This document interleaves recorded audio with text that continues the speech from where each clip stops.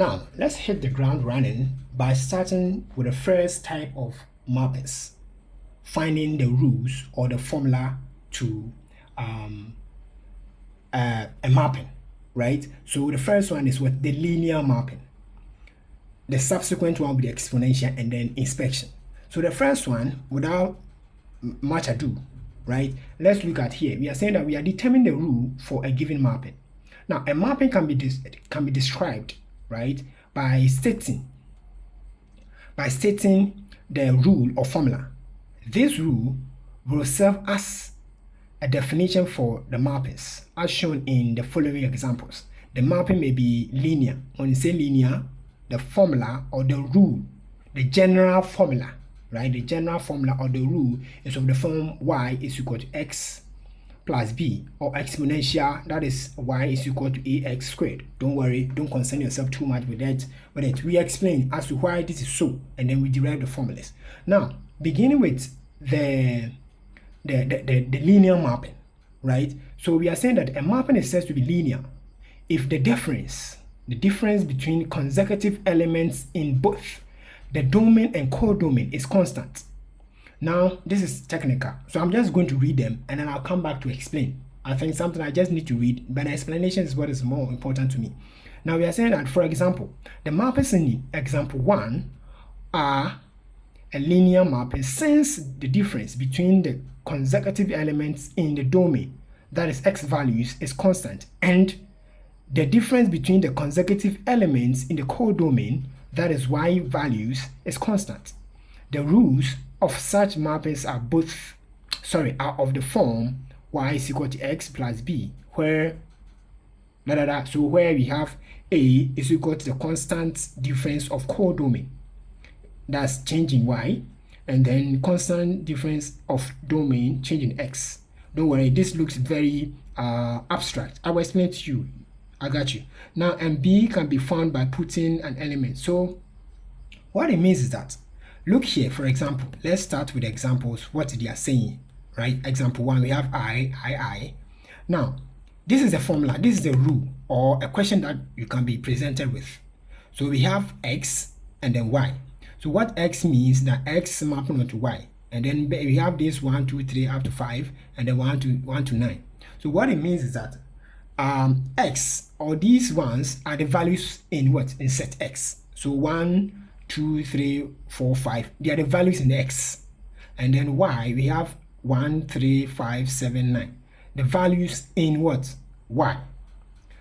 Better still, the values in x are called the domain. By now you know what I mean. And then the values in y are called the codomain. Or better still, the range.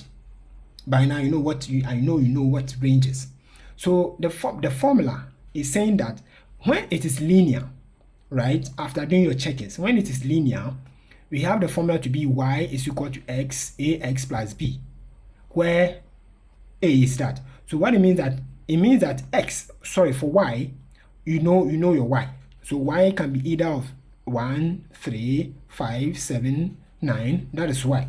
Then we have b, a. The a is what we don't know, but x can be found here. X here, x here, x here, x here, any of them, by taking a pair. When we say taking a pair, that's 1 and then 1. Like we said in ordered set of ordered pair. So this is 1, 1, 2, 3, 3, 5, 4, so that is it. So x values and y values. So with this formula, we have y and then we have x. Now a is what you are looking for. So a is the most important thing, the triggering point. So we have to find a, and we are saying that a is what? The constant difference of codomain, right? And then over the constant difference of what? The domain. So we are actually looking for the ratio. Now, I will try as much as possible to avoid the term ratio here, because if I should continue with it, even though when I use it, I'm being technical, but I don't want to be too technical, whereby if I move on to the next one, which is called exponential, I'll confuse you. But when I say a ratio simply means the value or the resultant figure from a division, right? A ratio is with the resultant figure from a division. So if I say a, the ratio of this and this, it means that we are dividing this value by this value, right? That's what a means.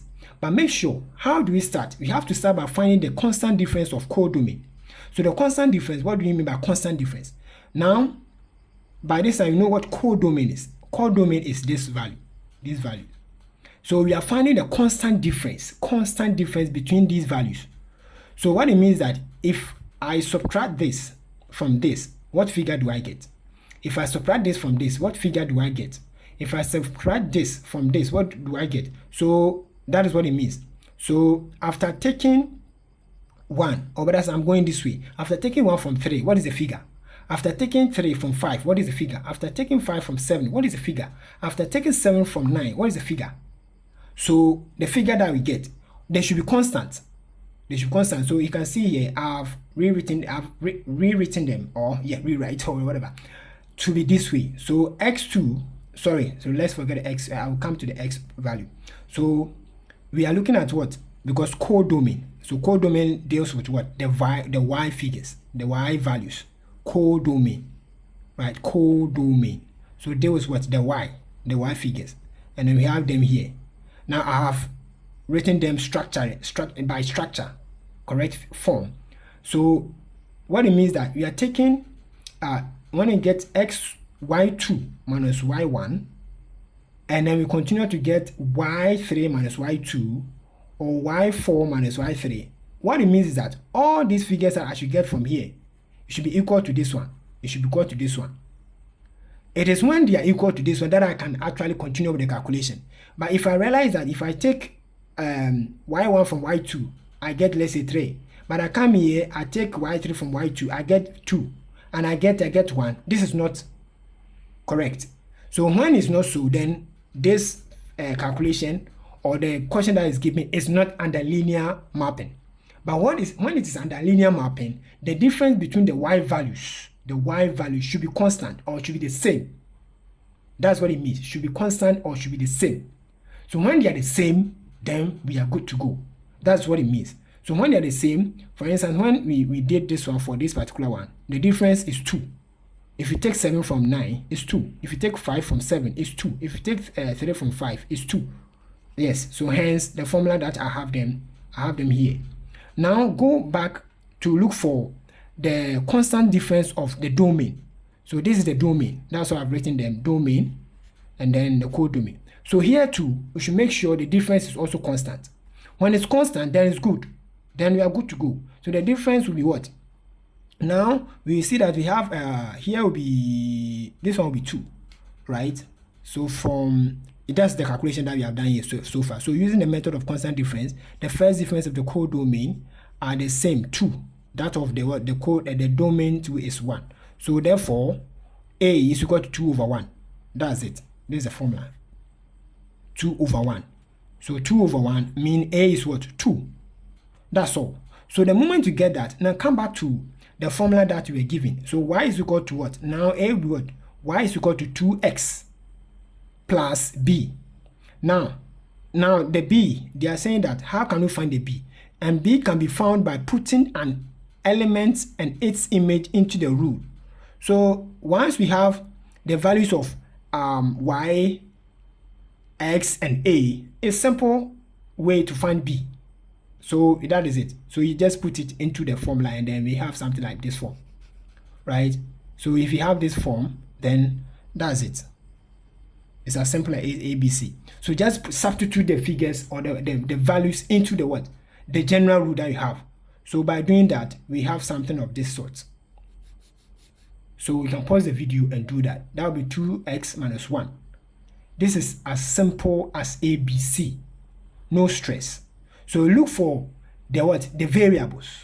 So y was given, x was given, and b and a, they were the ones that were not given. So you start by looking for a, and this is the formula for finding a. I have explained to you. Now the b, after finding all the variables, leaving b out, then you can substitute into the general formula here, and then look for b. So after finding b, you rewrite it again. Now y will be equal to 2x minus that. This is simple as ABC. Very simple. And the same thing is applicable to all the calculations of the questions given here. So I think that will do. We see you in the next one. Pause the video, assimilate, and we see you on the other side.